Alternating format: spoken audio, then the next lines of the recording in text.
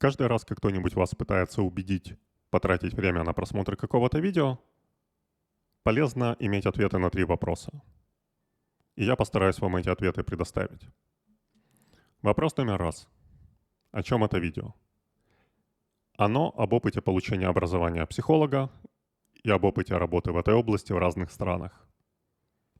Внезапно тема оказалась слишком большой для того времени, которое у нас было, однако о каких-то интересных вещах мы успели поговорить. Вопрос номер 2. Чем это может быть полезно для вас? Если не считать удовлетворения общего любопытства, возможно, вы задумываетесь о получении профессии психолога сами. В этом случае какая-то информация может сэкономить вам в дальнейшем время и силы. Вопрос номер 3. Даже если тема вам полезна, почему вам имеет смысл прислушиваться к мнению конкретно этого человека? Моя гостья Елена Окс, психолог с опытом учебы и работы в России, Израиле и Швейцарии. Наличие опыта, даже разнообразного, само по себе еще не означает полезности этого опыта или способности этим опытом делиться. Однако у Елены и с тем и другим все замечательно. У вас могут быть какие-то замечания к этому видео, но они будут связаны с моей неспособностью сформулировать толково вопросы, а, к счастью, не с интересностью ответов Елены. Мне было интересно с ней пообщаться. Надеюсь, для вас этот разговор тоже будет полезен.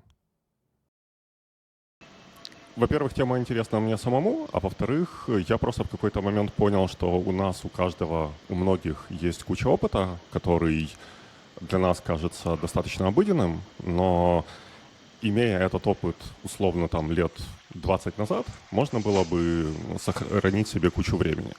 То есть я знаю, что если бы я знал какие-то принципы 20 лет назад инженерные, которые я знаю сейчас, я бы сделал меньше ошибок, у меня бы работа была интереснее, я бы подходил к разным вещам иначе.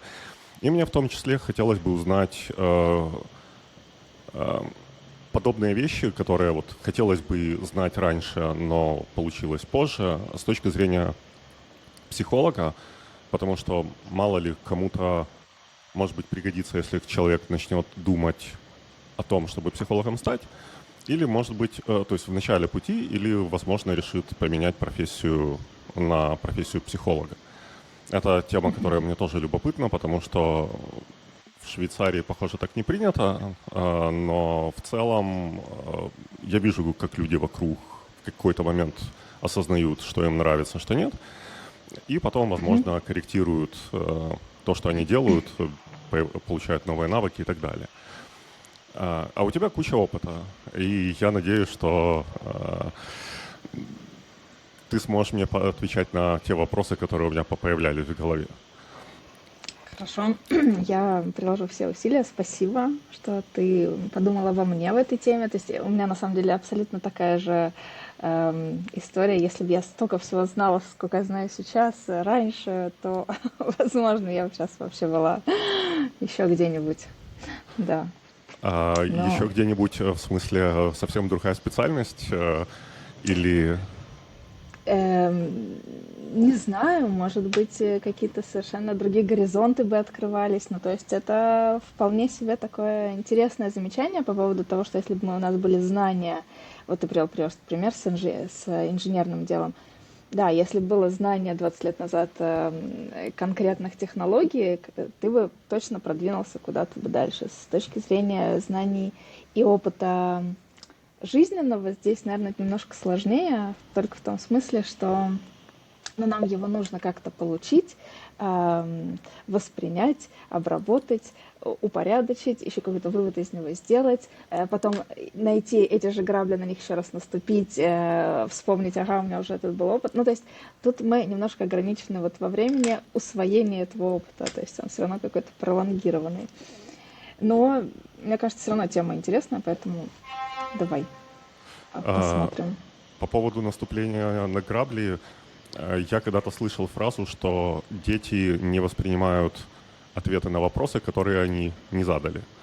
И я подозреваю, что не только дети. То есть если бы я, например, себе 20 лет назад что-то попытался втолковывать, то мне, возможно, это было бы не сильно интересно, а даже если бы я и слушал, я бы все равно не понял, о чем речь. Но, по крайней мере, я просто...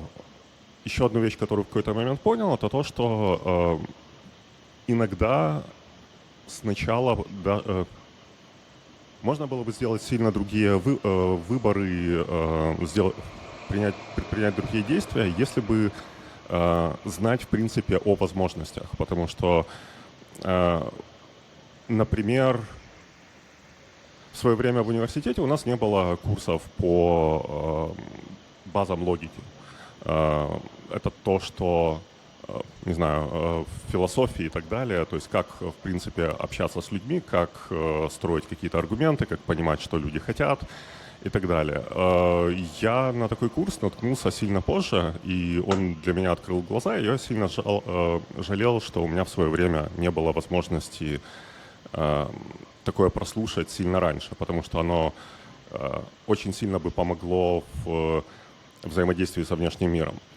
И это была бы просто возможность, которая для меня была новая, она была неожиданная и далеко не последняя. Я продолжаю для себя открывать какие-то вещи, поэтому вполне возможно, что то, что ты мне ответишь, то, что ты порассказываешь, сложно было бы там, кому-то 20 лет назад воспринять, но, по крайней мере, может появиться какая-то полезная информация, которую имеет смысл учитывать, и это может условно расширить какие-то горизонты. Даже меня это интригует. Ну да. Не, ну у тебя, Что бы например, это могло был... быть? Не, у Так. тебя, например, вот из самого простого, у тебя был в свое время курс видео-интервью с твоими коллегами из разных школ психологии. Они у тебя были выложены на Фейсбуке, я не знаю, где еще, если На вдруг... Ютубе они все Ну, есть. у меня просто ссылок на них нету, я в случае чего могу добавить в описание к этому разговору, потому что, может, кому-то будет интересно. И одна из вещей, которую я понял, что почему это может быть полезно, что человек, который выбирает условно, куда ему податься, какую специальность получать, он может понять, какие в принципе специальности существуют, какие у них есть, на что они ориентированы, какие-то свои плюсы и минусы. И это уже достаточно полезная информация, которую я о существовании которой я в свое время не предполагал. То есть я думал, что вот есть психологи и психологи. Потом оказалось, что там куча специализаций. Да. Как эти специализации, какую роль играют для клиентов? То есть, если коротко, какие специализации в принципе бывают и в чем разница, вот если очень коротко, то есть это специализация на разных типах проблем, с которыми психологи помогают, или... Ну, то есть, если человек хочет найти себе психолога, нужно ли человеку задумываться, там, нужно ли ему идти к какому человеку, к психологу, который занимается гештальтом, который занимается еще чем-то, должно ли это волновать клиента? Так, я боюсь, я на это не уложусь в час, но я попробую сейчас очень поверхностно, очень как бы так простым языком за несколько минут. Я немножко буду придираться к словам, потому что это важно. То, о чем ты говоришь, вот гештальт или психоанализ или транзактный анализ, это не специализация, это направление или школы, в терапевтические школы. Это, если как бы очень сейчас грубо, это различные фокусы внимания, различный фокус внимания, который используют в своей работе те или иные психотерапевты. То есть, условно говоря, сейчас тоже, чтобы меня не закидали помидорами, но очень грубо. Если мы говорим, не знаю, о танцевальной терапии, просто такой сейчас яркий будет пример, то это терапия через движения через тело, через танец и так далее. То есть когда мало внимания уделяется различным когнитивным рассуждениям, оно уделяется, но не так много. Но очень много внимания уделяется движению. В этом суть терапии. Или, например, возьмем ту же когнитивно-поведенческую терапию, где очень мало уделяется внимания движению, оно уделяется, но достаточно мало, и очень много внимания уделяется анализу когниции, ну, то есть анализу наших мыслей, анализу наших убеждений, ну и так далее. То есть это сейчас я просто полярные взяла такие вещи.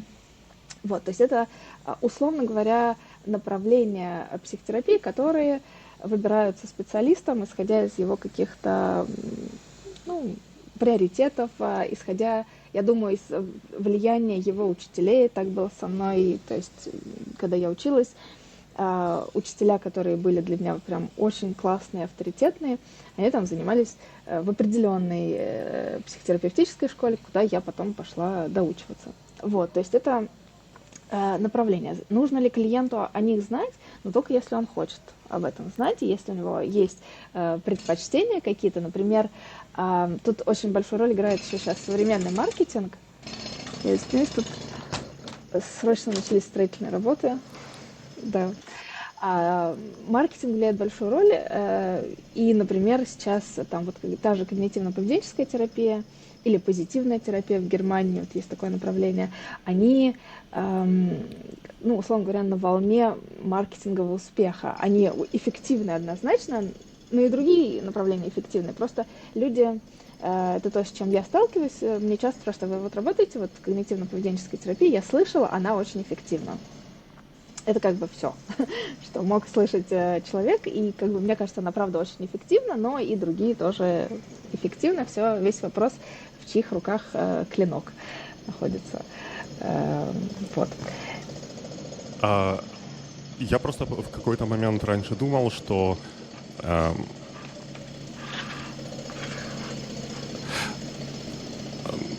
например, в физике есть какие-то свои области специализации, то есть есть там И в люди, психологии, которые конечно. занимаются электричеством, люди, которые специализируются, люди, которые занимаются молекулярной физикой, еще чем-то. И, в принципе, какие-то азы со всех областей знать полезно, но основная работа человека заключается, то есть происходит в какой-то области, он в ней разбирается лучше всего. И, соответственно, лучше всего умеет применять какие-то инструменты, относящиеся именно к ней. На самом деле в инженерной работе примерно так же. Это хорошо, если знаешь большое количество каких-то основ, но у тебя есть какая-то специализация. Как вот с этими терапиями у психологов? То есть это то, что каждый психолог должен, в принципе, представлять, как оно работает, или это обязательные инструменты, которые должен знать каждый? То есть, условно, если к тебе приходит какой-нибудь клиент, и ты понимаешь, что для него, возможно, полезна была бы конкретная терапия, ты начинаешь искать кого-то из своих коллег, кто специализируется и кому можно этого клиента передать, или ты занимаешься этой терапией самостоятельно. То есть есть ли какие-то вещи, вот условно, как ты решаешь, где твои навыки достаточны, а где нужно искать специалиста в какой-то конкретной области? Да, собственно, это отличное продолжение первого вопроса. Да, если мы не будем обращаться за помощью к чату GPT и самостоятельно попробуем помогать клиенту, то я сейчас, знаешь, так отвечу немножко с двух позиций. Вот я могу про себя рассказать, как конкретно я действую. И по поводу специализации тут важно сказать, что эта картина, она немножко меняется от страны к стране. Поскольку я жила в России, в Израиле, сейчас в Швейцарии, то, есть отличия, наверное, в понимании этого. Есть, безусловно, в психологии специализации. И поскольку психология — это неточная наука, сейчас мы увидим, насколько все максимально неточно здесь может быть. Специализация — это действительно тот как бы спектр сложностей, с которыми будет работать психолог, но я сейчас под психологом буду иметь в виду человека, который консультирует, который там повышает квалификацию на психотерапевта и так далее. То есть психолог просто может работать и в HR, психолог может работать и в диагностике, психолог может много и в рекламе он может работать.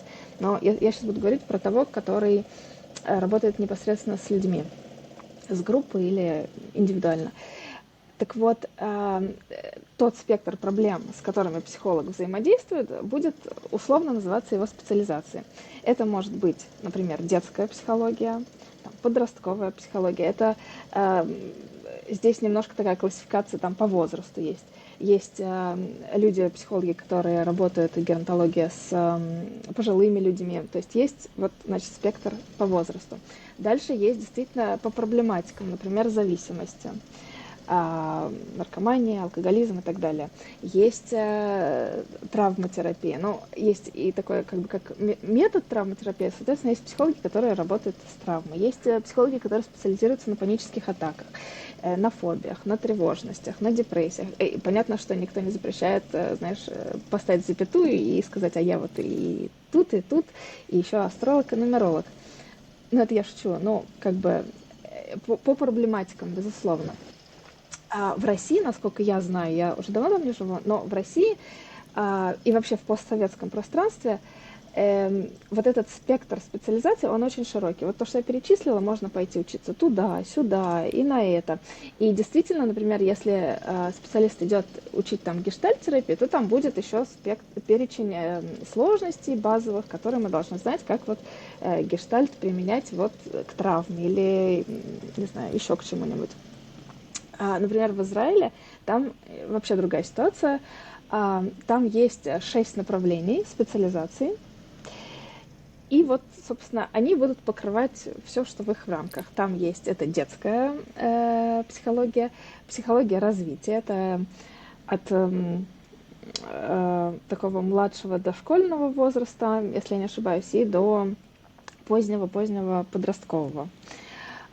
Есть там медицинская психология, социальная психология, клиническая психология, которая охватывает как раз вот очень большой спектр сложностей.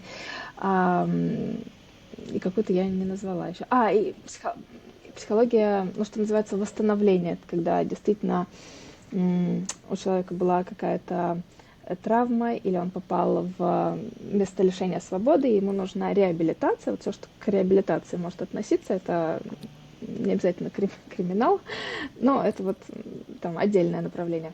Вот, их всего там 6, и все. И вот все психологи, они, если дальше хотят продолжать учиться, они идут на одно из этих, там надо получить разрешение на одно из этих направлений. Дальше вот работать в этом спектре.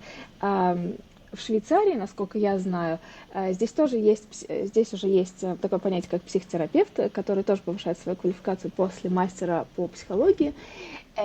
И здесь больше спектр. Здесь, в общем, как плюс-минус в постсоветском пространстве, наверное, чуть уже. Есть там нейропсихология, там, та же детская психология. Ну, то есть, вот мы видим, что нету очень какой-то конкретного перечня, что вот как в физике есть оптическая физика, есть там, не знаю, еще какая-нибудь физика. Вот здесь очень все так немножко размыто и туманно, хотя, конечно, если мы живем в одной стране повышаем свою, не знаю, квалификацию и растем, то нам, в общем, плюс-минус все понятно. Но я вот такой срез сделала, потому что из 3 стран вот в каждой есть свои какие-то особенности. Вот, теперь, да. Я просто хотела ответить на вопрос по поводу квалификации. Это уже вот есть направление психологии, есть специализация, а есть уже квалификация конкретного специалиста. Во-первых, тут очень важно сказать, что есть этический кодекс психолога. Он также меняется от направления к направлению. То есть, условно говоря, у гештальтистов есть свой этический кодекс, у транзактных аналитиков свой, но он обязательно у всех есть, и плюс-минус там много пунктов, но они все содержат пункт о том, что психологу важно оценивать свою квалификацию и ни в коем случае не лечить клиента, которому он не может помочь. И для этого, безусловно, очень важны знания там базовой психиатрии и базовые там, если вы работаете со взрослыми, очень важны базовые знания там детской психологии и так далее, чтобы понимать какие-то процессы и понять, где все-таки я клиенту помочь не смогу. Это, да, критически важно. Поэтому, например, я, когда ко мне обращается человек и говорит: «Здравствуйте, можно к вам записаться?», я его спрашиваю: «Скажите, пожалуйста, могли бы вы описать в 2 словах тему вашего запроса?» Просто еще до встречи. Потому что если он мне говорит, что, там, например, тема моего запроса зависимость, там, наркотическая, какая-нибудь игровая, то я понимаю, что я с этими вопросами не работаю.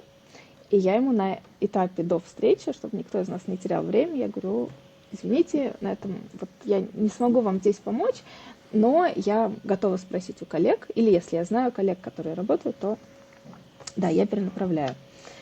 Вот, собственно, надеюсь, что ответила. А ты в свое время психологию начинала учиться в России и там по специальности работала? Не, ну, нет, там я, наверное, не работала еще. Нет, я уже уехала в Окей. Израиль, уже там. На самом деле у меня вопрос больше с точки зрения обучения. Ты, наверное, проходила какую-то переквалификацию в Израиле в свое время. Окей, Ну, скажем так, вот твой опыт переезда из страны в страну как психолога, в чем это заключалось профессионально, что необходимо было делать при переезде из России в Израиль, чтобы там практиковать, и что надо было делать при переезде из Израиля в Швейцарию? да, это очень больной вопрос. В России на тот момент, мне кажется, и сейчас тоже, я тут, к сожалению, точно не знаю, это не лицензируемая профессия. То есть сдача госэкзамена в институте, она как бы инженер, ты психолог, архитектор, твори. Твори, что хочешь. Ну, в хорошем смысле твори. Вот. В Израиле это лицензируемая профессия, там нужно сделать... Там, в принципе, путь какой? Человек защищает мастер, и получает лицензию при успешном сдаче мастера, лицензию психолога. Дальше он не может практиковать, ему нужно получить разрешение на то, что в переводе будет что-то типа интернатуры, как у врачей, на 4 года, и это как раз выбор одной из этих 6 специальностей. И дальше вот в процессе этих 4 лет под супервизией там уже есть варианты, как можно практиковать, называя себя психологом. Вот. На момент моего переезда так как у меня было много часов обучения, я получила лицензию психолога без переподготовки и получила разрешение на прохождение вот этой интернатуры. Вот. Там дальше много своих нюансов, как ее проходить. Я ее не начала проходить, потому что мы уехали как раз в Швейцарию. Но меня это заняло несколько лет вот, получить от них все документы. То есть это достаточно такой сложный и тяжелый процесс был. С кровью и болью. Но, в общем, я его как-то прошла. И дальше я работала там в центре помощи мамам-одиночкам. И, собственно, они там проходили различные терапевтические процессы. Вот я была в команде этого центра, но не как психолог. То есть так я себя еще не могла там называть.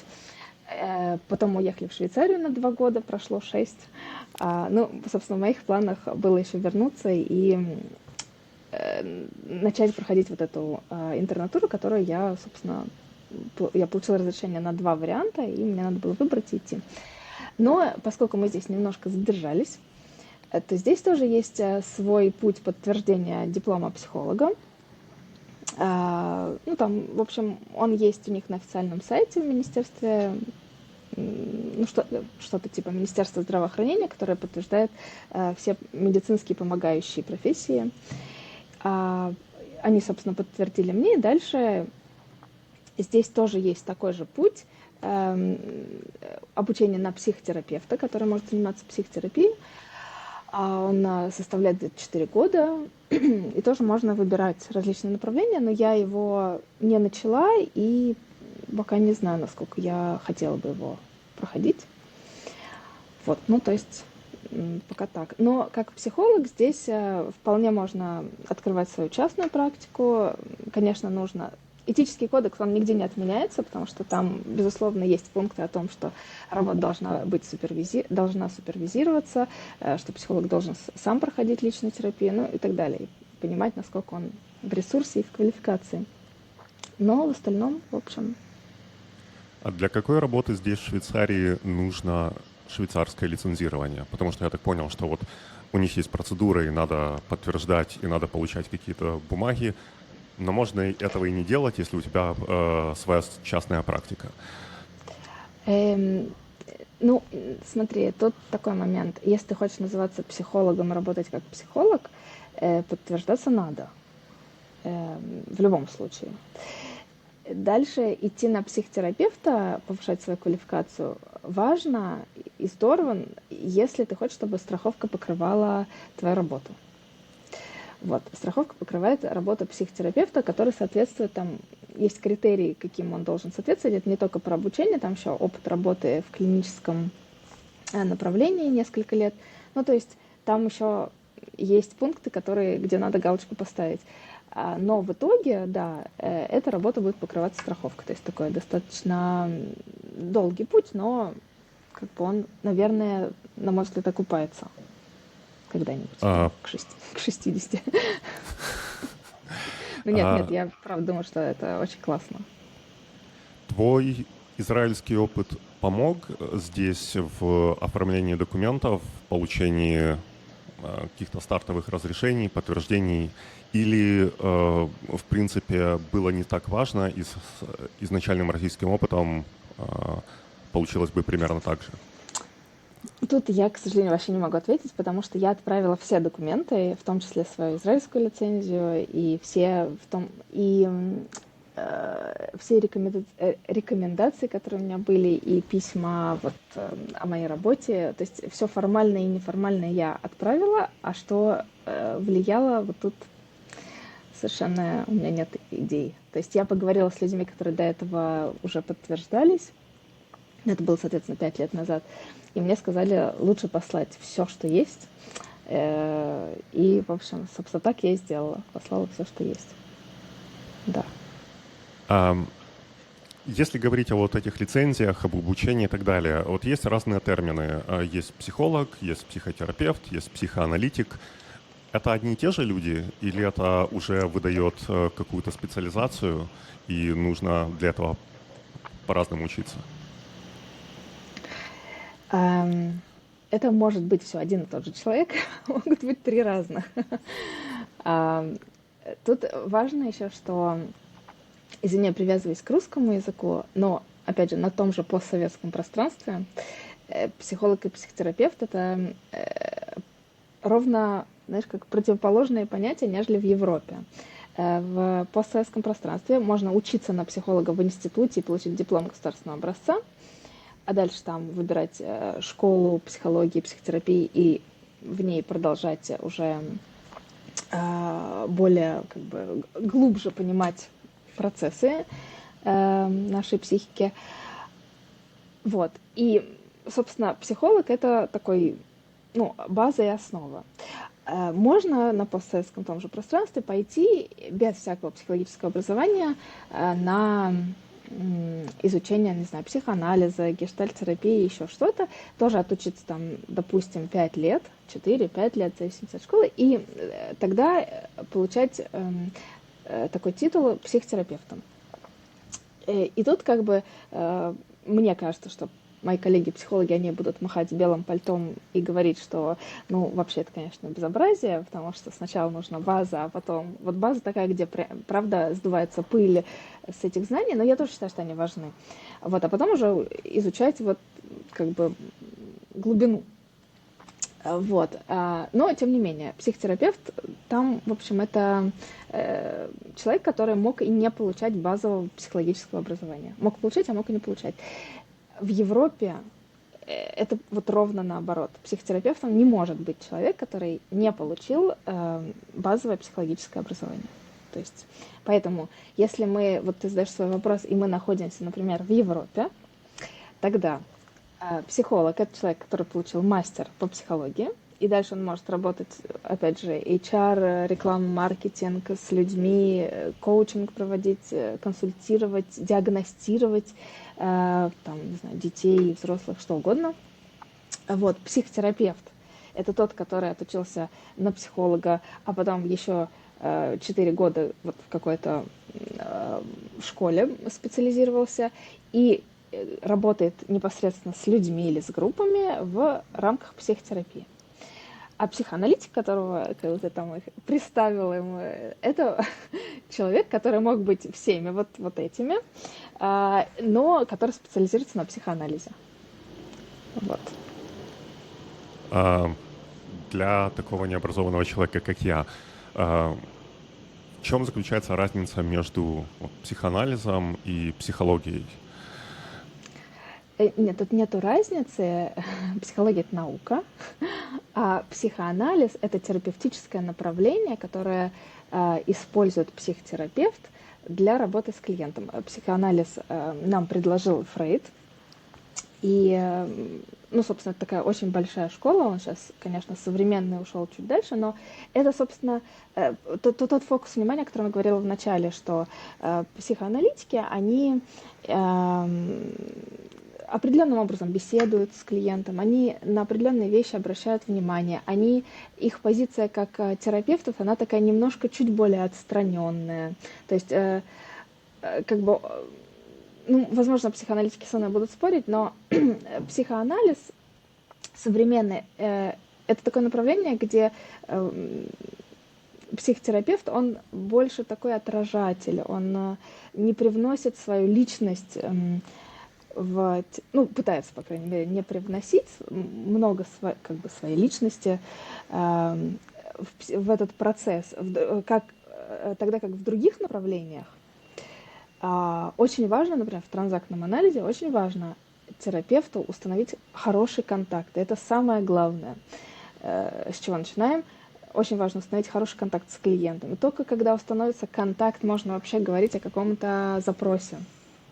И, безусловно, там очень сильное внимание уделяется личности терапевта, потому что терапевт играет как бы такую активную роль. Он говорит о своей отклике, он может эмоционировать. Ну, то есть есть правила, как это делать, но тем не менее. Вот, то есть это мы уже сейчас говорим про разные школы.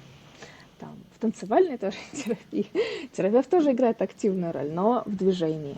Ну, и так далее. То есть я просто раньше думал, что психоаналитик это термин, который использовался там в разных фильмах и так далее. И я думал, что это синонимично термину психолог, психотерапевт. Если провести аналогию условно с врачами, такую очень вольную, получается, что психоаналитик это что-нибудь типа офтальмолога или хирурга или ухо-горлоноса, человека, который специализируется уже на какой-то конкретной области, но они все врачи, и получается, то есть отношение психоаналитика с психологами и психотерапевтами это то, что по-нормальному все психоаналитики должны быть психологами и психотерапевтами, но не все психотерапевты являются психоаналитиками, да? Вот, отлично. Значит, опять же, на территории Европы, тут важно, на территории Европы психоаналитик это всегда психотерапевт, ну и, соответственно, всегда психолог, но, да, не всякий психотерапевт является психоаналитиком. Это ты правильно заметил. Аналогия с врачами не совсем верна, потому что врачи специализируются на конкретных областях, а направления психотерапевтических школ, они не специализируются на конкретных областях, они специализируются на инструментах. Это тогда такой, больше аналогия такая, что ты приходишь к терапевту семейному и говоришь, у меня болит ухо, и вот есть один терапевт, который скажет, подождем, второй скажет срочно антибиотики, третий скажет режем, четвертый скажет гомеопатия. И вот этот спектр, это вот кто-то из них психоаналитик, кто-то из них там танцевальный терапевт, кто-то и так далее. Вот это про инструмент больше. То есть это такие разные плотники. Один специализируется по тому, как пользоваться рубанком, а второй пользуется там отвертками условно. Ну, грубо говоря, наверное, да. Да, наверное, так. Окей. А, Раз уже зашел разговор о подготовке и о разнице между постсоветским пространством и Европой, я знаю, что даже сейчас в Украине существуют курсы, на которые ты можешь пойти, отучиться и дальше работать с людьми, не проходя сквозь какие-то вузы, сквозь продолжительное обучение психологии. Это то, что ты говорила, что человек может пойти учиться на психотерапевта, не имея подготовки психологической, и, э, или это что-то другое? Ну, тут, понимаешь, я тут за все Одессу не скажу. Есть хорошие частные вузы, которые дают хорошую подготовку. В том числе они включают в свои учебные планы все базовые предметы. И тут я как бы не буду тоже, вот здесь я не буду махать белым пальтом. Вполне может быть частный вуз, который хорошо готовит психотерапевта, при этом давая ему базовые знания, там, не знаю, о возрастных периодизациях, об истории психологии. То есть, ну, я искренне считаю, что это правда важно, но то, что, скажем так, коллег, которых я встречала, нет, не буду это говорить. В общем, есть разные ситуации. Я думаю так, что есть действительно коллеги, которые интересуются основами и базой, и это правда помогает. Потому что я, скажу честно, я сделала ошибки, я плохо учила, я сдала психиатрию, у нас там она была, не знаю, 3, не помню сколько, ну как бы большой-большой курс был на несколько семестров, я ее сдала и забыла. И это была роковая ошибка, потому что я совершала, безусловно, в начале своего пути ошибки, когда я не понимала или, ну, в общем, недостаточно внимательно относилась к тем сигналам, которые мне дает клиент, и они однозначно не в моей зоне компетентности.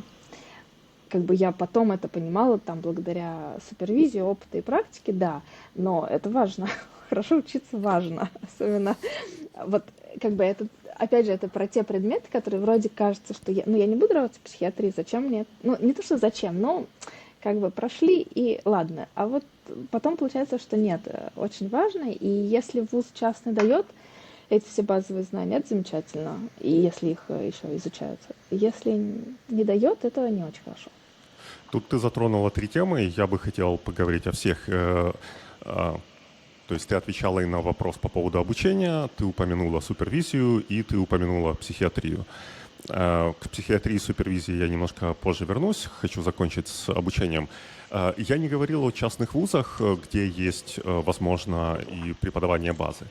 Но существуют какие-то условные курсы, не знаю деталей, но условно, которые продолжаются там 2-3 месяца, которые дают тебе потом какой-то сертификат, и человек с этим сертификатом начинает работать с людьми, оказывать им какую-то помощь. Насколько... Я понимаю, что в наших краях, в постсоветском пространстве есть большая разница между получением навыков и получением документов, которые позволяют тебе что-то делать, либо, по крайней мере, показать, какой ты крутой.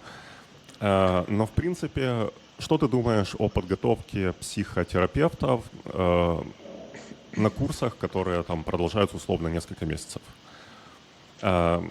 Имеет ли это смысл, или это чаще всего профанация? И если человеку хочется стать специалистом, имеет ли смысл начинать с подобных курсов, хотя бы чтобы просто посмотреть, что это за предмет, посмотреть, насколько он тебе подходит, и потом переключаться на какое-то более глубокое обучение?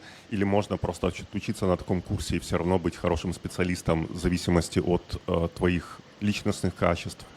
Или эти курсы полезны только для того, чтобы освежить какие-то навыки, либо получить дополнительные, если у тебя уже есть хорошая база?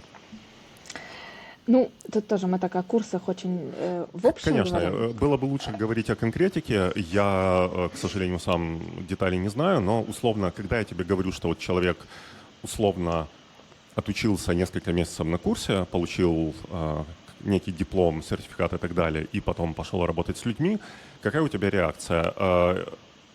По твоему опыту это что-то стоящее или от такого лучше держаться подальше? Мне кажется, что в данном вопросе не все так линейно.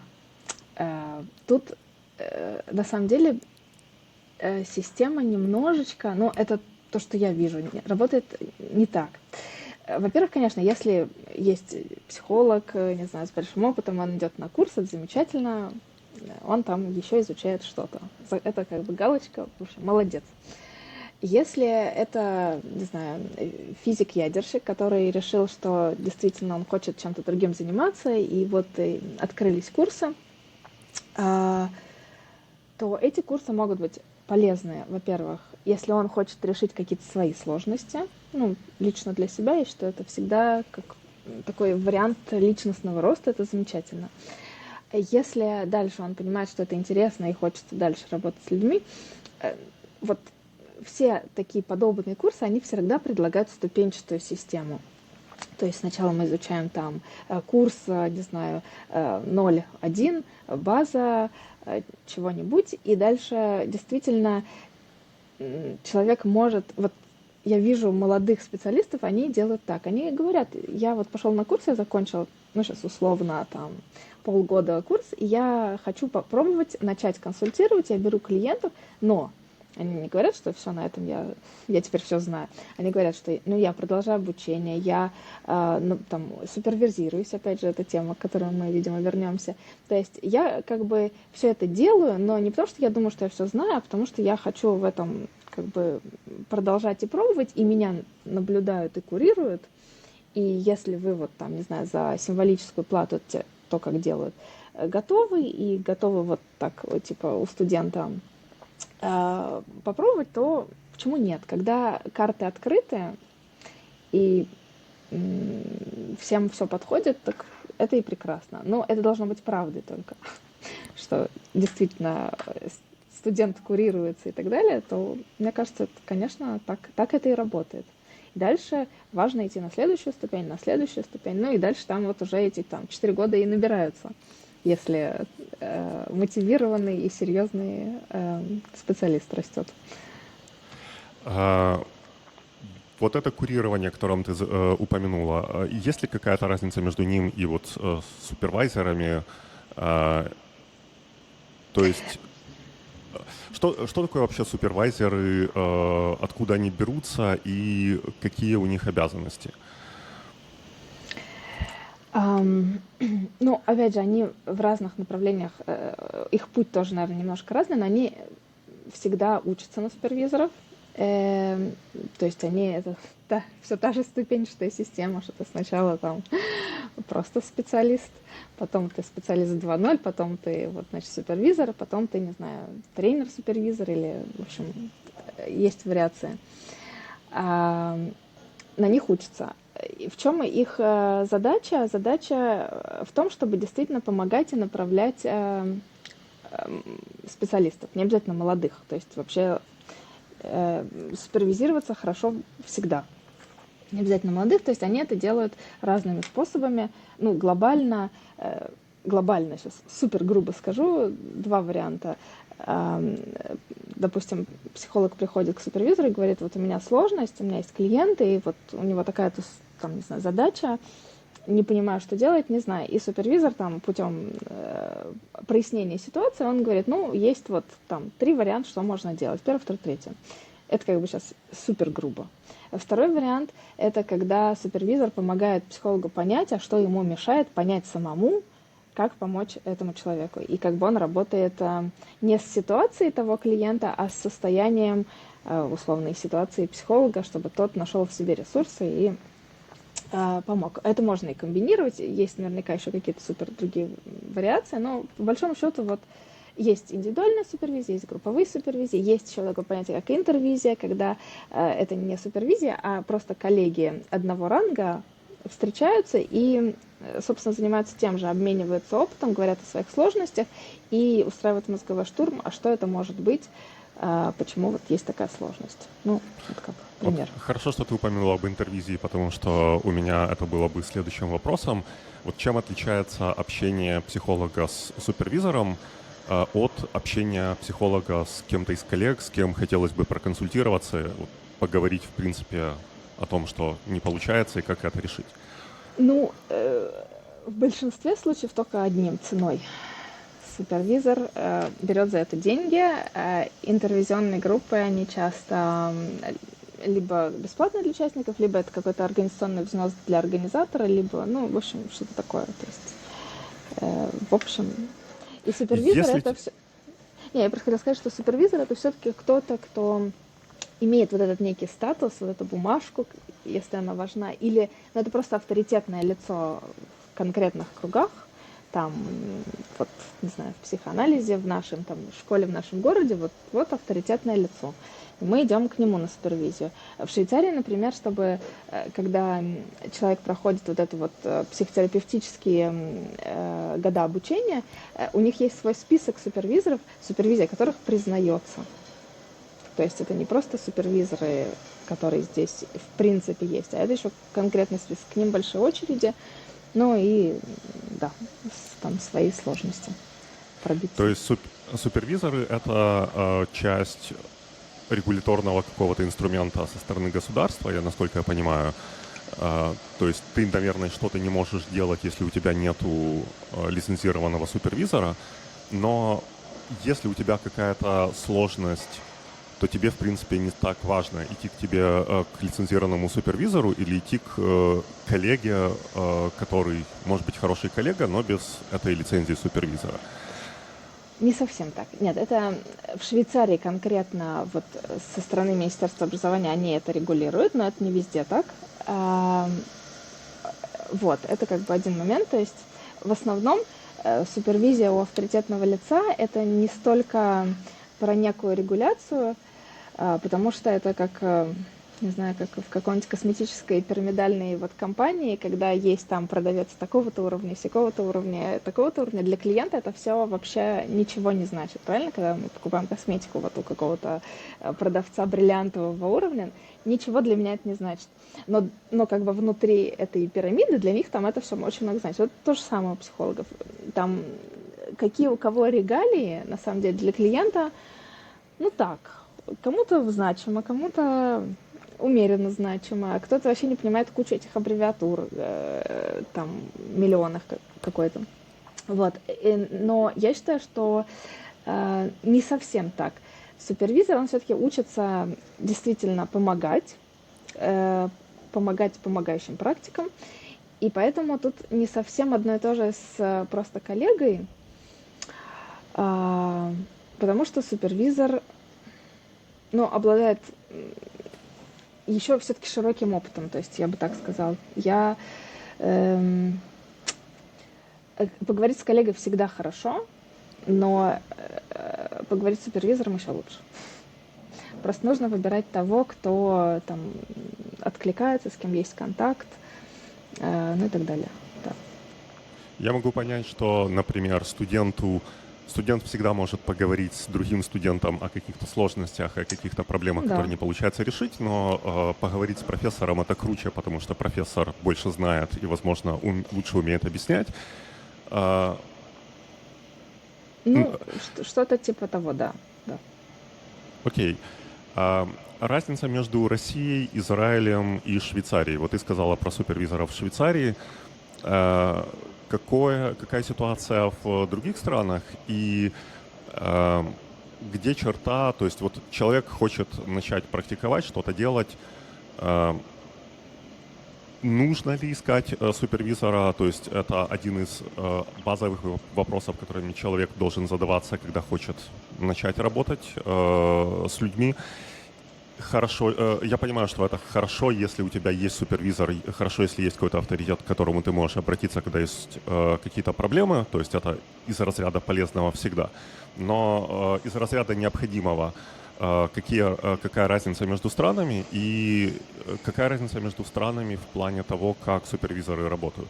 Я, например, в свое время даже не подозревал и не думал, что на постсоветском пространстве условно в старой школе до там, падения Советского Союза. Я вообще не знаю, существовали ли там супервизоры или нет. Я понимаю, что там были какие-то опытные специалисты и так далее. Но для меня звучит так, что супервизоры — это то, что к нам пришло больше с Запада, когда Советский Союз перестал существовать. Или была какая-то аналогия в России с супервизором. И вот когда уже все устаканилось и супервизоры появились везде, то чем они отличаются между странами? Смотри, история супервизии в России я, наверное, не смогу осветить.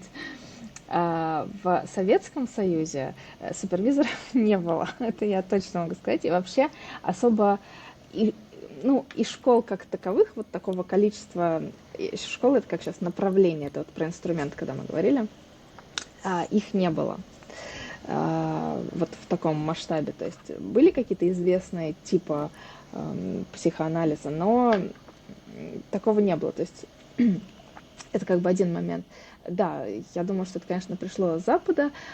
В России, в Израиле, на мой взгляд, в общем, в Израиле супервизор, он точно учится и получает дополнительные там документы о том, что он теперь супервизор.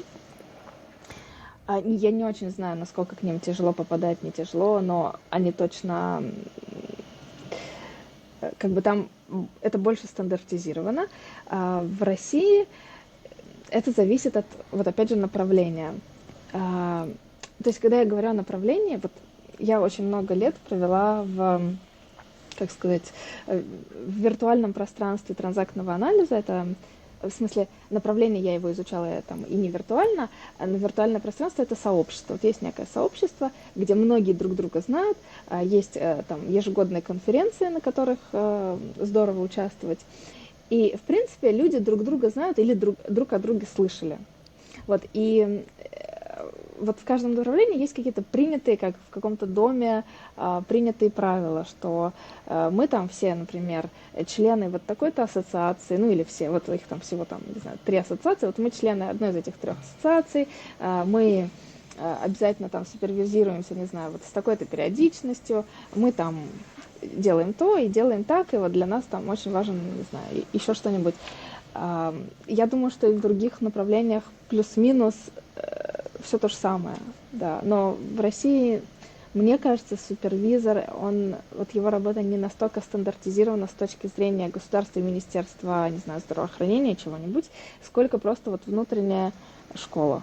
Но для клиента, опять же, это не знаю, насколько, какое это значение имеет. Я не думал, что это имеет значение для клиента, но вопрос супервизоров может быть важен для самих психологов.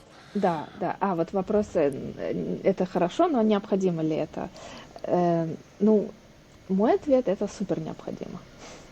То есть это не значит, что нужно там, не знаю, каждый день и по каждой сессии там бегать к супервизору, но, условно говоря, раз в месяц, не знаю, раз в полтора месяца, зависит от загрузки психолога, который работает. Но, в общем, да, определенная периодичность, она с супервизором, она дико важна.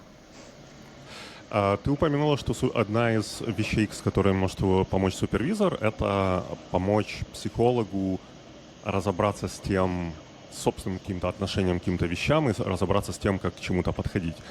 Это звучит как то, с чем психологи помогают людям в принципе, и я так понимаю, что у психологов есть свои психологи. Вот насколько пересекается позиция психолога, то есть психолога, к которому ты ходишь как психолог сама, например, или твоего супервизора. То есть они в какие-то моменты занимаются примерно тем же, или они даже вот в случае, когда супервизор тебе пытается помочь разобраться с какими-то вещами, это все-таки совсем разные вещи. То есть разные подходы между супервизором и психологом, если бы ты к нему ходила. Это не совсем разные подходы, но это про фокус внимания. То есть психологу не важно, что у него клиент психолог. Кулек с кульками, да. Да. Он туда приносятся просто вот личные переживания, опыт, сложности и так далее. Вот. А супервизор, если мы говорим о психологе, который супервизируется по поводу своих клиентов, он фокус внимания направляет на клиентов и на психолога, ну, то есть вот на эту диаду. Ну, или это, если групповая терапия супервизируется, то, соответственно, на психолога и на группу. Ну, то есть, безусловно, это может пересекаться, но тут всегда будет фокус внимания, хорошо, как вот эта твоя сложность, моя личная сложность, вот мешает тебе, не знаю, проявить сочувствие к этому клиенту или увидеть еще какие-то варианты работы с ним. Эту сложность можем ли мы сейчас здесь вот понять, не знаю, выявить, определить и с ней что-то сделать, или она более глубокая, и тебе нужно идти с ней на личную терапию. Вот это может вот так быть. Либо если это здесь, можно какой-то инсайт получить, и это уже здорово, напряжение снижается, и психолог может идти в работу дальше, там, не знаю, достаточно что-то проанализировать. А может быть, там что-то глубокое, что надо прорабатывать дальше. Ты немножко раньше упомянула курсы по психиатрии.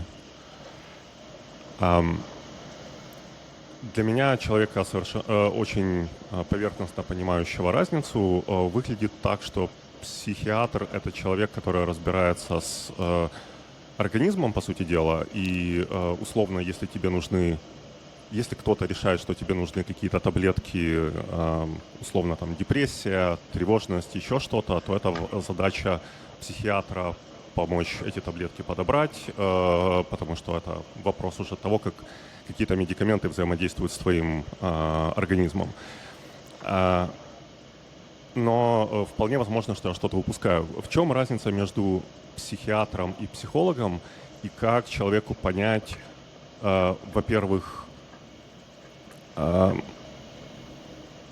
точки зрения выбора профессии психиатра и психолога, чем они отличаются, и как понять, что тебе больше подходит, и как понять клиенту, нужно ли человеку идти к психологу или нужно идти к психиатру? Тут, мне кажется, какой-то Я понимаю, что простого ответа, наверное, нету. Ну, мне кажется, да, много ответов. Ну, давай так. Психиатр — это врач. Это как бы первое. Это врач, и профессия врача-психиатра, она намного более регламентирована с точки зрения, опять же, даже наличия болезней. Вот перечень болезней. Есть перечень болезней официально, он международный. Вот есть прям книжка. В ней написаны все возможные болезни. Ну, известные человечеству. Психиатрические болезни, соответственно, есть раздел психиатрические болезни, они называются психиатрические расстройства, и есть вот перечень этих расстройств. Он конечен пока. Ну, понятно, что, опять же, это тоже неточные науки все, и нам еще, видимо, предстоят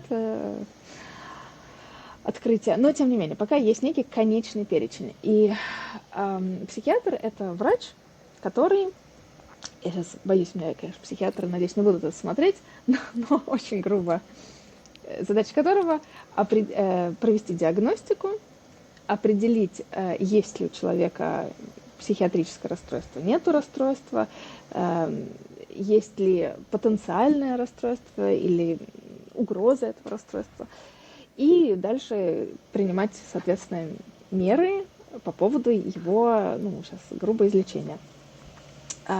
Потому что мы говорим о болезнях. Болезнь — это, да, некие изменения на физическом уровне, там, изменения, я просто сейчас пытаюсь как-то это очень супер емко сказать, но это изменения химических процессов, одни там вещества там не так работают, как должны работать, ну и так далее. То есть это больше такая физика, химия. Вот, психолог, ему хорошо знать основы, ему хорошо знать этот конечный перечень расстройств, которые существуют, и там их основные признаки, симптомы и так далее, это все важно, но по большому счету, да, он работает опять же, мы сейчас говорим про психолога, который работает с людьми, но психолог может работать в поддерживающей, это называется поддерживающая терапия, в паре с психиатром. Но это из серии, когда психиатр говорит, вам нужна, например, медикаментозная поддержка, там такая-то, и терапевтическая. Ну, если переводить на там, врачебной какой-то такой врачебной аналогии, это из серии вам нужен аспирин, и еще хорошо бы вам отдохнуть и поспать много, или там, ну, то есть вот, то есть здесь психотерапия это как бы дополнительный инструмент к тому, чтобы справиться вот, с тем, что есть, с чем бы это ни было. Вот. А психолог, да, он, если сейчас убрать психиатрию в сторону и оставить людей в норме, слово норма у нас в кавычках, то он работает с людьми, у которых нету болезней или расстройств. Ну, если мы сейчас не говорим о поддерживающей терапии, о которой вот я досказала. Вот. И да, это то что называется работа с различными жизненными сложностями, перипетиями, переживаниями, травмами, ну, всеми теми ситуациями, из которых человек потенциально может выйти, но не может. Ну, это я сейчас тоже 5 лет за одно предложение. Что-то типа этого. Какая ситуация, например, с депрессиями? Ну, депрессия, насколько я понимаю, это один из вариантов расстройства, и она есть в этом, наверное, перечне, с которым работают психиатры. Но с депрессией, насколько я понимаю, помогают и психологи тоже. Опять-таки, я не специалист, и я могу сказать какую-то ерунду. Насколько я понимаю, депрессии бывают связаны именно с какой-то биохимией, с тем, что у тебя в организме что-то не так работает, и там в таком случае необходима какая-то помощь медикаментами. А бывают в результате сложных жизненных ситуаций, и тогда психолог, возможно, условно без каких-то таблеток может помочь изменить жизнь, как-то переосмыслить что-то. И, то есть если это факторы внешние, то с ними можно что-то сделать и ситуацию как-то исправить.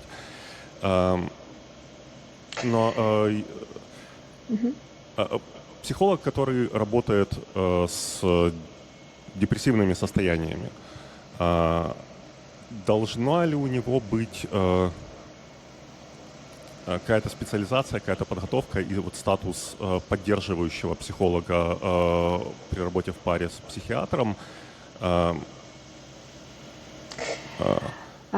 Ну, смотри, тут такая ситуация, что слово депрессия, оно употребляется в очень широких контекстах. Это действительно, клиническая депрессия действительно одно из расстройств, которое есть в перечне. И если мы говорим, точнее, тут несколько вопросов. Может ли психолог помочь с этим, и необходима ли ему квалификация в этом? Квалификация однозначно необходима, 100%. Есть те же курсы для психологов только про депрессию или только про тревожность, потому что это там достаточно распространенные запросы и обращения от клиентов, которые говорят, у меня депрессия. Дальше надо еще понять, что там у него за депрессия ли, ну и так далее. В общем, однозначно нужно быть квалифицированным в этом, это точно. Что касается, можно ли помочь, тут тогда такой момент.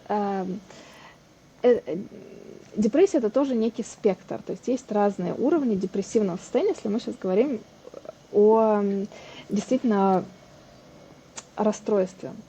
И всегда, ну, с точки зрения этического кодекса, в котором я работаю, всегда, если у меня есть подозрение на то, что у человека есть клиническая депрессия, я обязана ему сказать, что ему важно проконсультироваться со специалистом по этому вопросу. Под специалистом имеется в виду психиатр. Это как бы критически важно, я обязана это сделать. Понятно, что дальше человек решает сам, ну, что с этим ему делать. Но вообще это здорово, конечно, пойти, чтобы тебя, в смысле, человека продиагностировал специалист, сказал бы ему там, ну да, вот есть, нету, есть чуть-чуть или и так далее.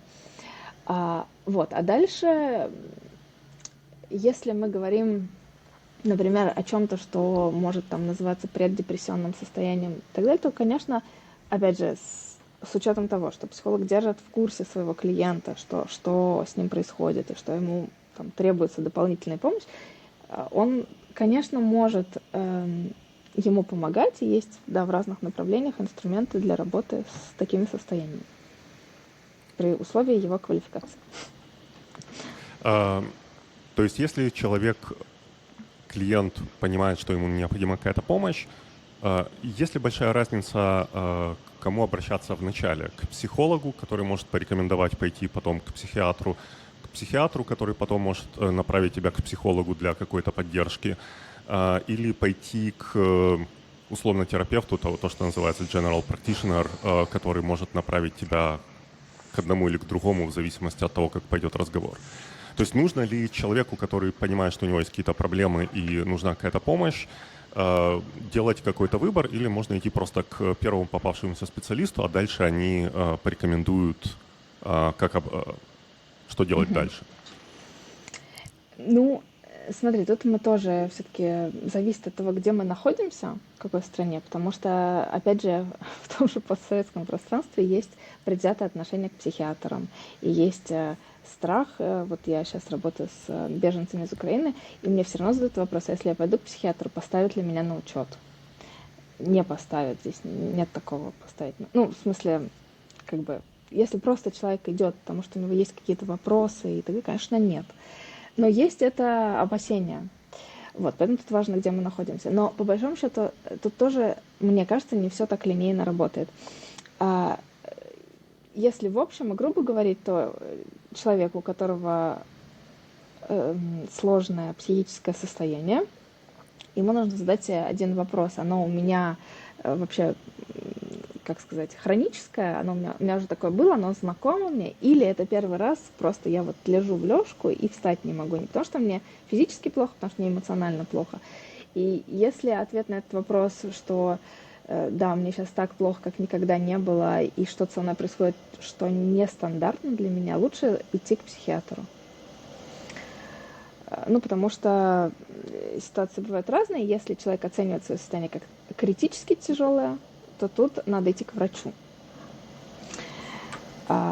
Если человек отвечает на этот вопрос так, что, ну да, вообще там каждый месяц у меня такое состояние, или там, не знаю, каждый год, или перед днем рождения, или еще вот какие-то такие ответы у него, то, наверное, вполне возможно пойти к психотерапевту или психологу, зависит от того, в каком месте вы находитесь и кто что значит, и сказать, что вот надоело мне так, что из года в год на мой день рождения чувствую депрессию. Это частый такой запрос. Вот. Но, скорее всего, это, конечно, не будет та клиническая депрессия, которая находится в перечне болезней, а будет, не знаю, какой-то возрастной кризис, например, что вполне себе в рамках компетенции психолога. Про депрессию я заговорил просто потому, что этот термин больше на слуху, чем условно там биполярное расстройство, чем нарциссизм, другие подобные вещи. И понятно, что в каждую из этих тем можно углубляться далеко.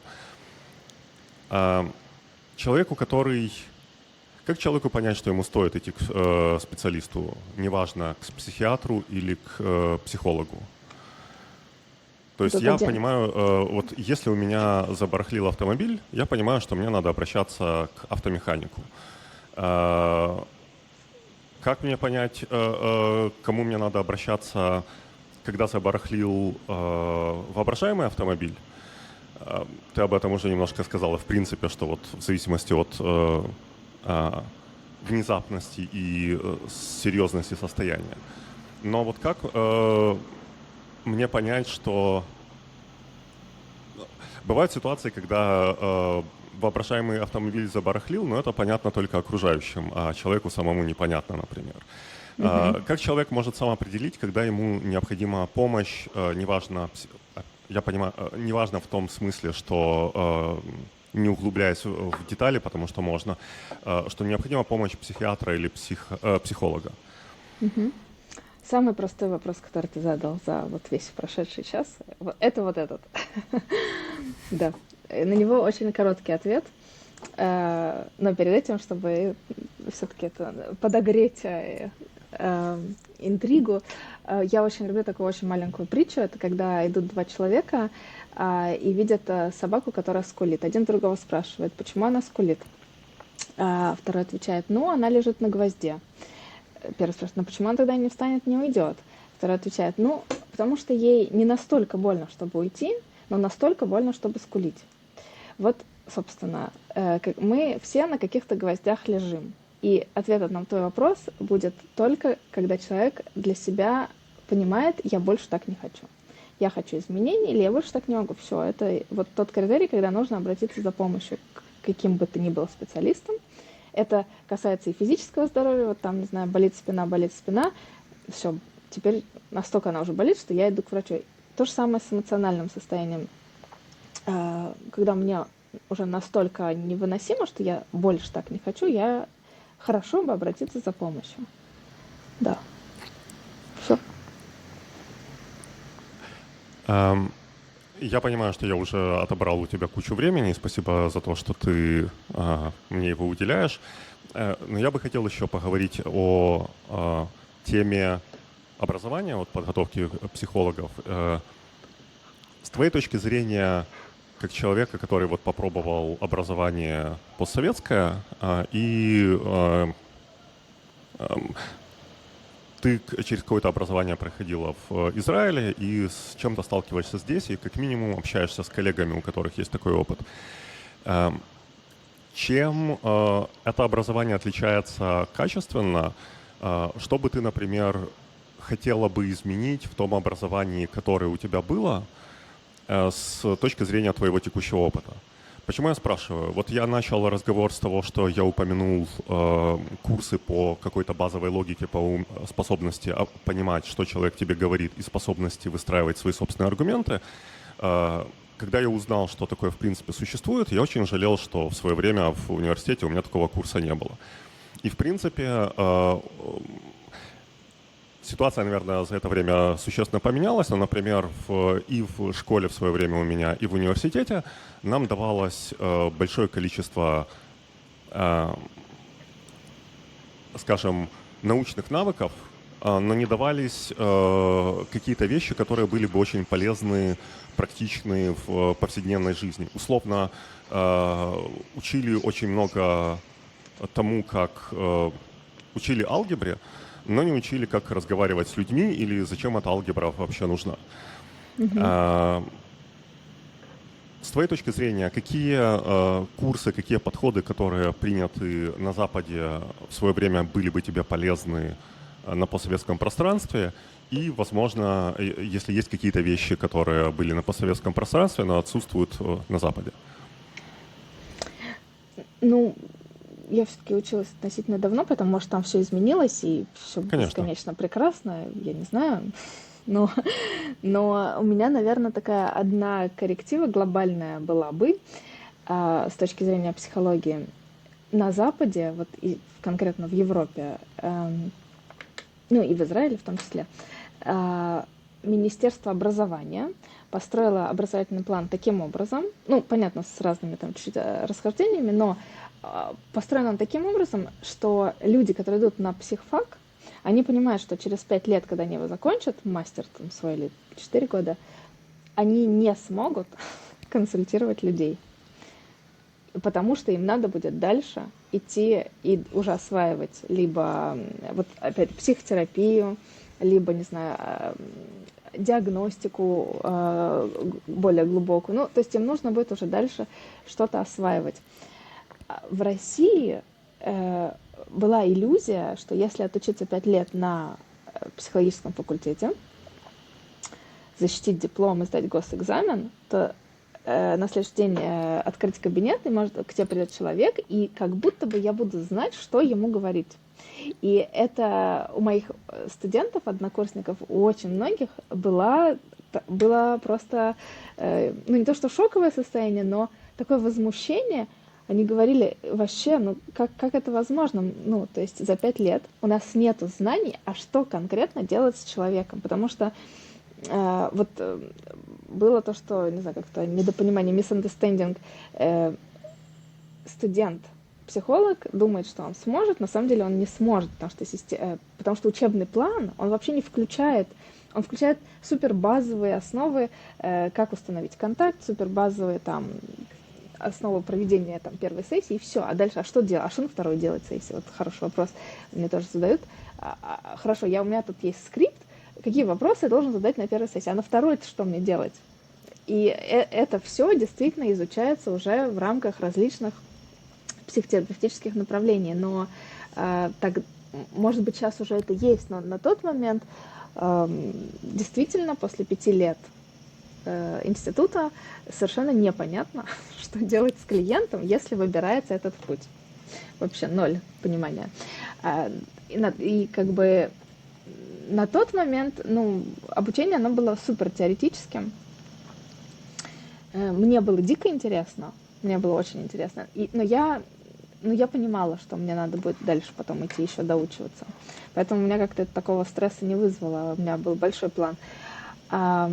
Но такое базовое обучение ни здесь, ни в Израиле я не проходила, потому мне сложно сказать. Мне кажется, что они как раз теоретической подготовкой злоупотребляют. Ну, то есть, но успеть все там за какой-то один промежуток времени, наверное, тоже нельзя, поэтому решения нету, но для России я бы точно предложила как-то стандартизировать ожидания. Что может делать человек после того, как он закончит 5 лет психологического факультета.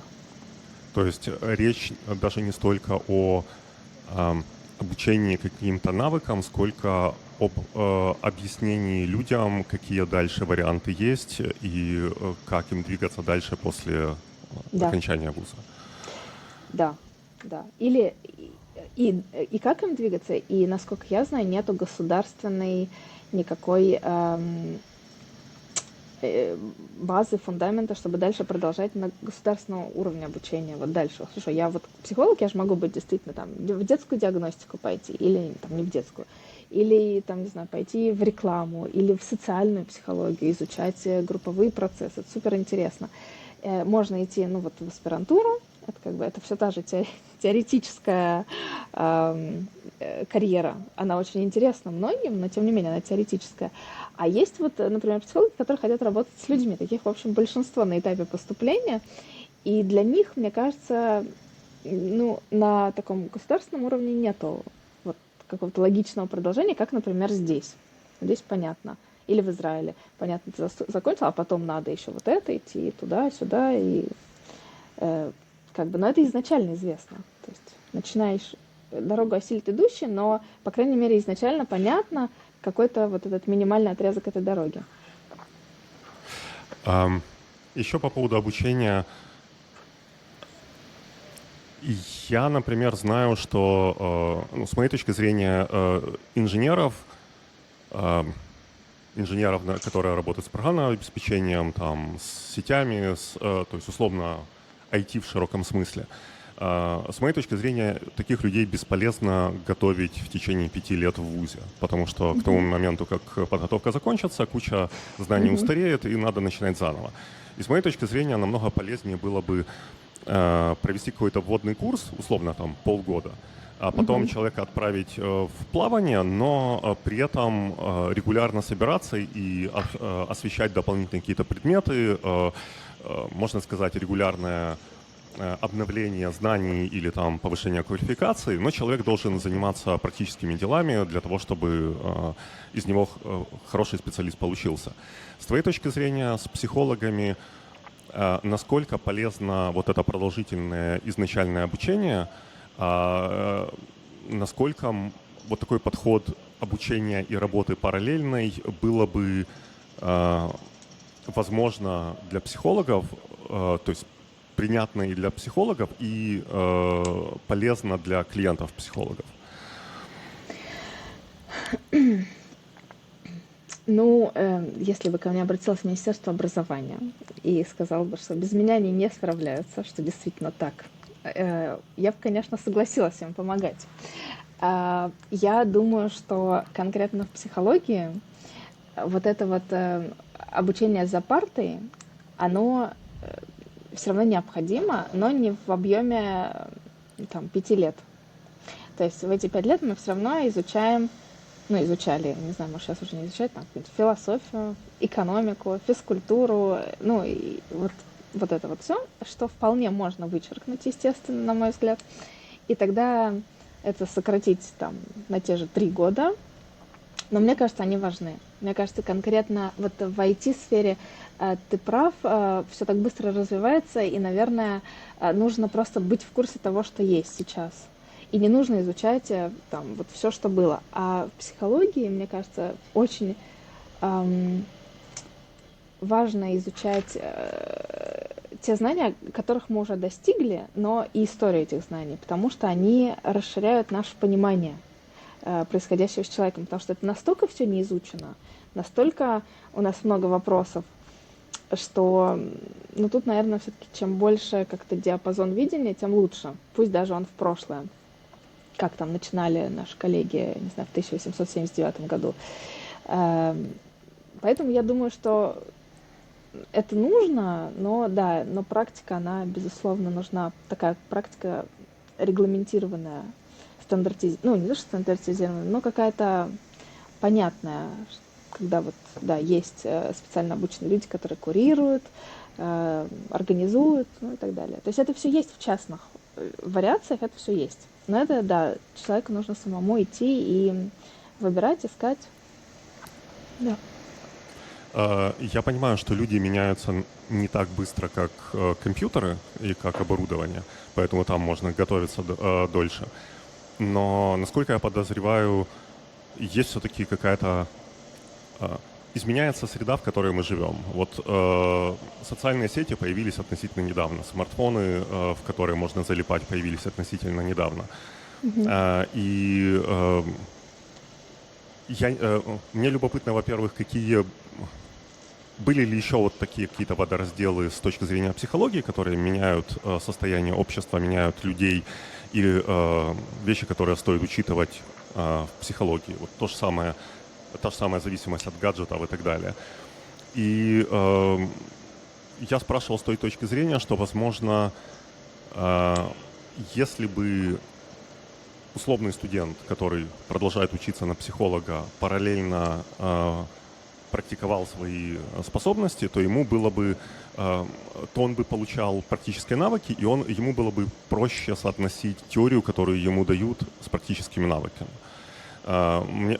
Мне было любопытно, насколько вот практика параллельно с обучением была бы полезна. Понятно, что в каком-то количестве, в любом случае было бы полезно, вопрос в том, как это все организовать. И то есть насколько с твоей точки зрения это было бы полезно, и насколько это такая практика существует вот в постсоветском пространстве и здесь, даже если это не на уровне государства, не на уровне организации образования, но насколько это распространено, даже если речь идет о частных инициативах конкретных вузов? Я сейчас не очень поняла, ты задал 2 вопроса о водоразделах в истории нашего человеческого развития, психологического развития, и про то, насколько, как можно практически обучаться работе с клиентами. Правильно? В первую очередь, то есть водоразделы мне были бы любопытны самому. Я не знаю, насколько они часто случались, вот типа появления социальных сетей, которые сильно меняют отношение людей к окружающему. Если какие-то подобные вещи случались, мне было бы любопытно просто узнать, что это такое, и насколько часто условные такие вещи происходили. Ну, тут, наверное, тоже это социальная психология лучше ответит на этот вопрос. Я могу сказать, что лично мое мнение в том, что у нас есть такая глобальная иллюзия, что благодаря технологическому прогрессу, который просто какими-то семимильными шагами идет, мы тоже меняемся. И мы живем в этой иллюзии. Нам кажется, что мы тоже как будто бы, раз человек все это изобрел и научился этим пользоваться, то мы как будто тоже, не знаю, выросли, изменились, как-то не знаю, в лучшую сторону. Но вот исторические события, которые сейчас происходят, например, показывают, что мы не меняемся. Это иллюзия, что мы так изменились, что мы стали более эмпатичны или более, не знаю, внимательны друг к другу. То есть ценность человеческой жизни, она, конечно, сейчас намного выше, чем в Средневековье, когда можно было... Ну, в общем, она выше. Но, собственно, на все остальное, мне кажется, что это такое большое разочарование в том, что мы не такими же семимильными шагами, как технологии, куда-то идем. Вообще, я считаю, что особо никуда не идем. Но в плане изменений можно отметить такое... Вот, например, во времена в середине 20 века была такая популярная тема, как истерии. Мы можем в литературе об этом читать. Вот чуть что, все падали в обморок или закатывали истерики. И вот было такое понятие, как истерия, и Фрейд об этом говорил, что истерия — это такая болезнь нашего времени, психическая, которая вот происходит из-за того, что наша сексуальная энергия сильно подавляется, и вот, значит, она проявляется вот в таких вот форматах. Сейчас, благодаря социальным сетям, о которых ты заговорил, ну, у нас сейчас уже мало кто в обмороке падает, и вот из взрослых людей истерики так прям закатывает на балах. Такого уже вроде и не Балов встретишь. меньше стало, да.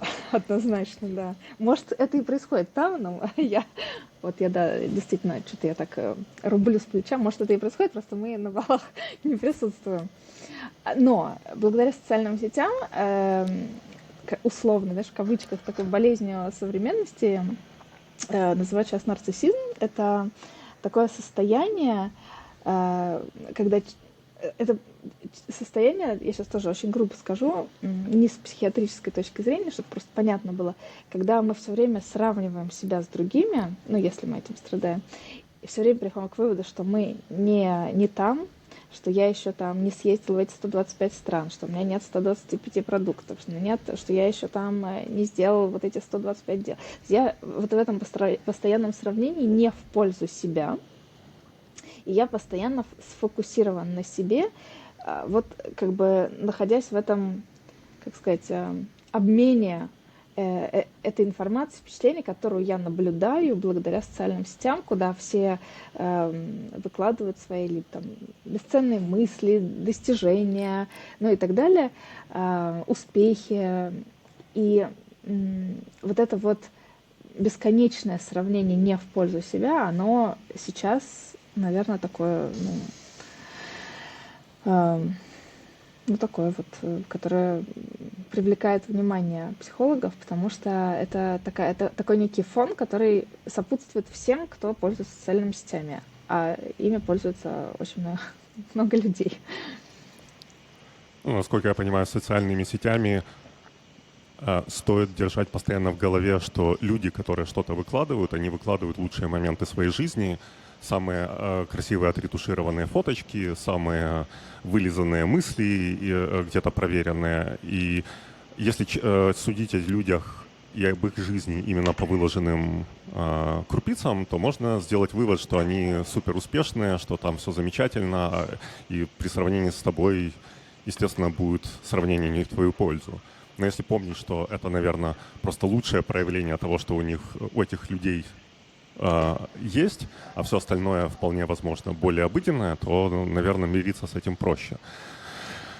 Ну, ты прав абсолютно. Социальные сети — это как такой канал, федеральный канал, где очень много вот, чужих достижений и успехов. И да, многим людям сложно справляться и вообще абстрагироваться от этого. Поэтому под нарциссизмом понимается вот это вот постоянное фокусирование на себе и постоянное сравнение, и этим людям тяжело.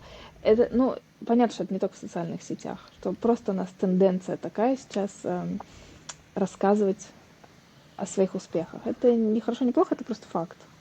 Многие люди это делают.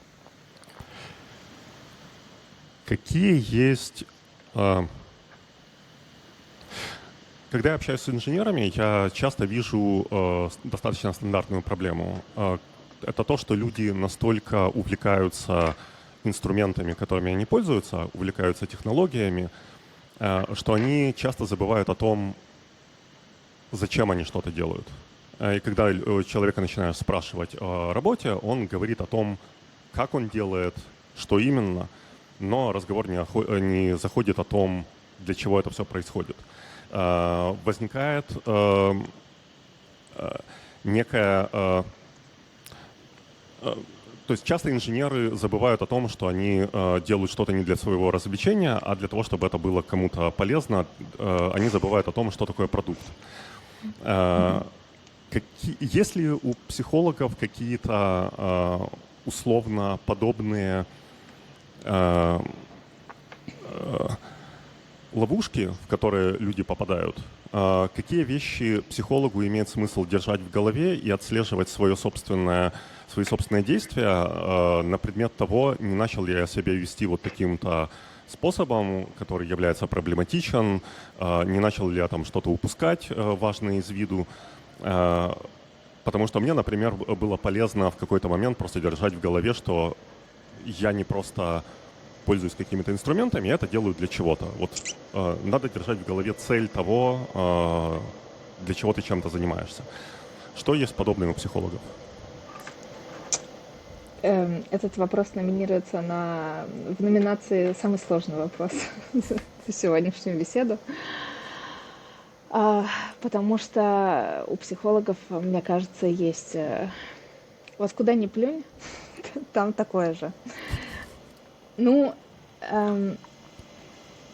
из того, что вот, не знаю, первое, что приходит в голову, и тут надо держать в голове, что еще миллион других вещей.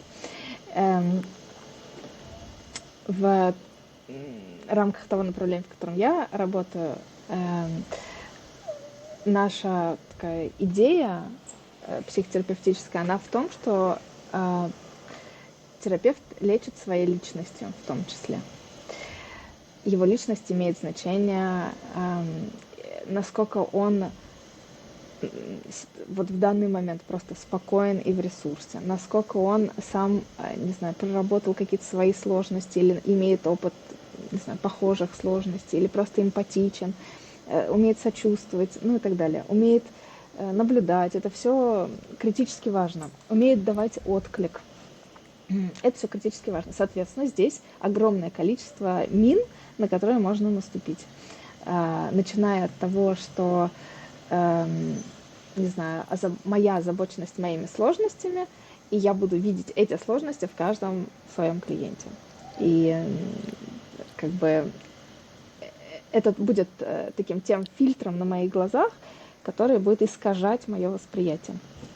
Например, и я уже не говорю про, есть классические термины перенос и контрперенос, которые в направлении психоанализа Фрейд их развивал. Они оттуда к нам пришли, но они, в общем, они как такая базовая математика. Это когда, тоже сейчас очень грубо, перенос, это когда клиент благодаря каким-то своим внутренним ассоциациям видит в роли терапевта некий образ, который находится похожим с чем-то из своей жизни, прошлой или нынешней. И, соответственно, ведет себя с ним, как вот с этим неким образом. А контрперенос — это обратная история, когда в ответ на этот перенос терапевт, благодаря своим внутренним ассоциациям, какому-то опыту и так далее, воспринимать своего клиента как некий образ, который вот перекликается с его опытом. И эти два процесса, они критически важны, их важно понимать, с ними обязательно важно идти с ними, с контрпереносом. Психологу важно идти на супервизию. Для чего? Чтобы видеть клиента и его сложности и снимать вот этот фильтр. Это я сейчас очень грубо все говорю, там этот контрперенос годами изучают. Но по большому счету, то есть там Сложностей, да, очень-очень много. Сложностей, когда мне кажется, что я знаю, как решать эту задачу, но я не знаю. Ам, Сложности, когда я думаю, что я понимаю, но я не понимаю. Почему, например, очень часто в рамках зависимости терапевты всегда имеют опыт от зависимости. Ну, не всегда, но это такая частая история, что с зависимостями часто работают терапевты, которые знают, что такое зависимость. Это такая практика, она вот себя уже показала годами. Это не значит, что человек без зависимости вообще будет неэффективен, но как-то вот статистически получается так, что там все-таки есть вот эта вот идея, и да, людям с зависимостями важно понимать, что терапевт прям вот их имеет такой же схожий опыт. Ну, это, в общем, я могу это понять. Потом, что-то еще я хотела сказать. Ну и советы. Советы. Под советами сейчас я имею в виду, что, опять же, в рамках того направления, в котором я работаю, важно работать с запросом клиента. Проблема заключается в том, что запрос очень часто трансформируется, углубляется, изменяется, потому что человек приходит, условно говоря, с апатией, ну, например, у меня апатия или например, тревожность, и я хочу избавиться от тревожности. Вот запрос. И по большому счету я как бы должна с этим работать. Но понятно, что в процессе могут выясниться другие сложности или причины, может быть, это травмы из прошлого, или, не знаю, последствия какой-то там недавней ситуации или хронический стресс и так далее. Ну, то есть этот запрос трансформируется. Очень важно всегда с клиентом сверяться. Смотрите, вы пришли вот с этим, но у нас вот по ходу дела мы как бы приходим к этому. Мы можем сюда пойти, мы можем здесь дальше работать. То есть тут очень важно с ним все время быть в тандеме. Потому что если не быть в тандеме, можно как раз вот уйти от запроса совершенно в другую сторону. И тогда получится, что клиент, что можно ошибиться, что если я не в тандеме, я могу ошибиться, я могу подумать, что нет, точно вот причина в этом, сейчас мы вот это как проработаем, вообще клиент будет супер доволен, но я могу ошибиться. И я проработаю вообще то, что он не хотел прорабатывать, это его право, и с проблемой я ему тоже не помогла. Ну, как пример. Понял, спасибо. Я понимаю, что у тебя уже время заканчивается, поэтому я буду закругляться. Спасибо. Два, надеюсь, коротких вопроса. Первый. Человеку, который хочет попробовать себя в психологии, какие первые шаги стоит сделать? Потому что идти в вуз на 5-летнее обучение – это достаточно серьезное решение, куча ресурсов и так далее. Как человек может посмотреть, насколько психология ему подходит? Возможно, какие-то курсы, возможно, какие-то конкретные книжки, еще какие-то обучающие материалы. То есть с чего без больших инвестиций человек может начать свое путешествие в сторону психологии? Если он, например, на этапе физик-ядерщик, или он уже, не знаю, какой-то путь прошел, то есть на каком этапе этот человек? Я надеюсь, что человек, который какой-то путь прошел, уже немножко понимает, что ждет, хотя ты уже сказала, что в постсоветском пространстве есть куча обучения, а потом непонятно, что делать дальше. Но сейчас вопрос именно о человеке, который в психологии еще ничего не делал. Условный физик-ядерщик или условный школьник? Про школьника это интересно. Ну ладно, давай про физика-ядерщика. Ответственный человек уже с развитым мозгом. Первое, что бы я предложила этому человеку, если он прям вот на нулевой позиции, это пойти к психологу на консультацию.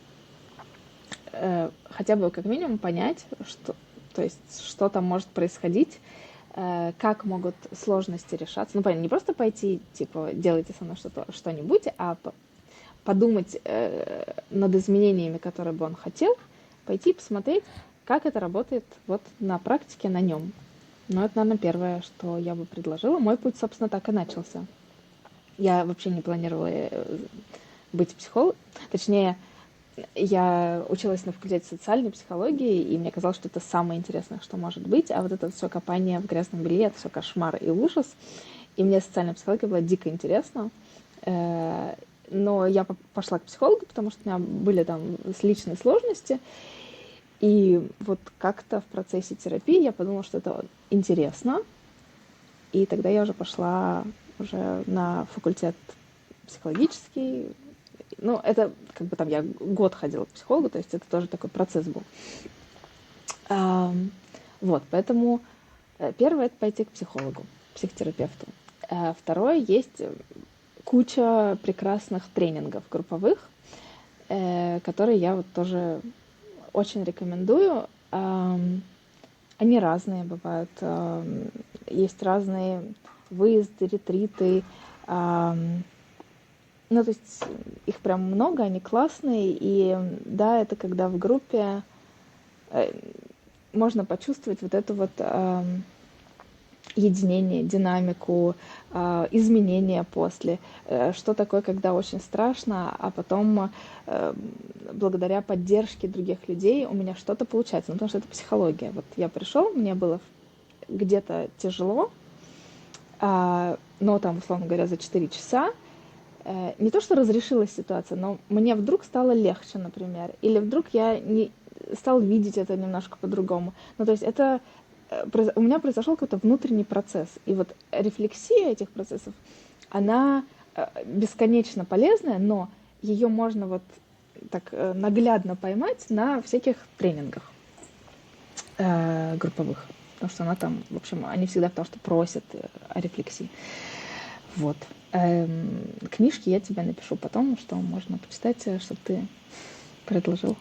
Благодарю. Аудиторию. То есть по поводу этих тренингов просто вбиваешь в поиск что-то типа групповой психологический тренинг, психологический ретрит и так далее, и просто выбираешь, что доступно. Или есть какие-то более конкретные критерии? Ну, мне кажется, так прям вот... Вчера просто слушала лекцию, что такое холодный клиент, горячий клиент в маркетинге. Вот мне кажется, настолько холодный клиент, он так на тренинги не попадает, ну, то есть, который вообще не знает, какая у него сложность и куда идти. Мне кажется, это все-таки больше там как-то про них узнают через знакомых, через что-то, то есть через что-то, что близко мне. То есть вот мне была интересна все та же танцевальная терапия. Я была на тренинге у там известного танцевального терапевта, и это бесконечно прекрасно, что там происходит. Но это как бы нужно себя поспрашивать, а что мне интересно, какой формат мне интересен, потому что действительно форматов много. Ну, наверное, хорошо, забить в Гугле тоже неплохо, почему нет? Забить, посмотреть, что есть, и потом себе задать вопрос, что у меня могло бы быть, там, не знаю, близким. Ну, то есть, вообще, тоже вариант. Договорились. И уже последний, совсем уже последний вопрос.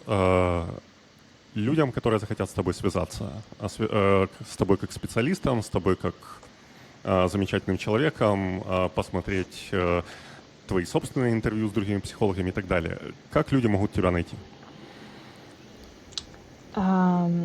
Ну, давай я отправлю тебе свой сайт и ссылку на YouTube-канал, где находятся, да, интервью с разными психологами как раз разных направлений, которые рассказывают о том, как они работают, какой фокус внимания, на что они уделяют в работе с клиентом.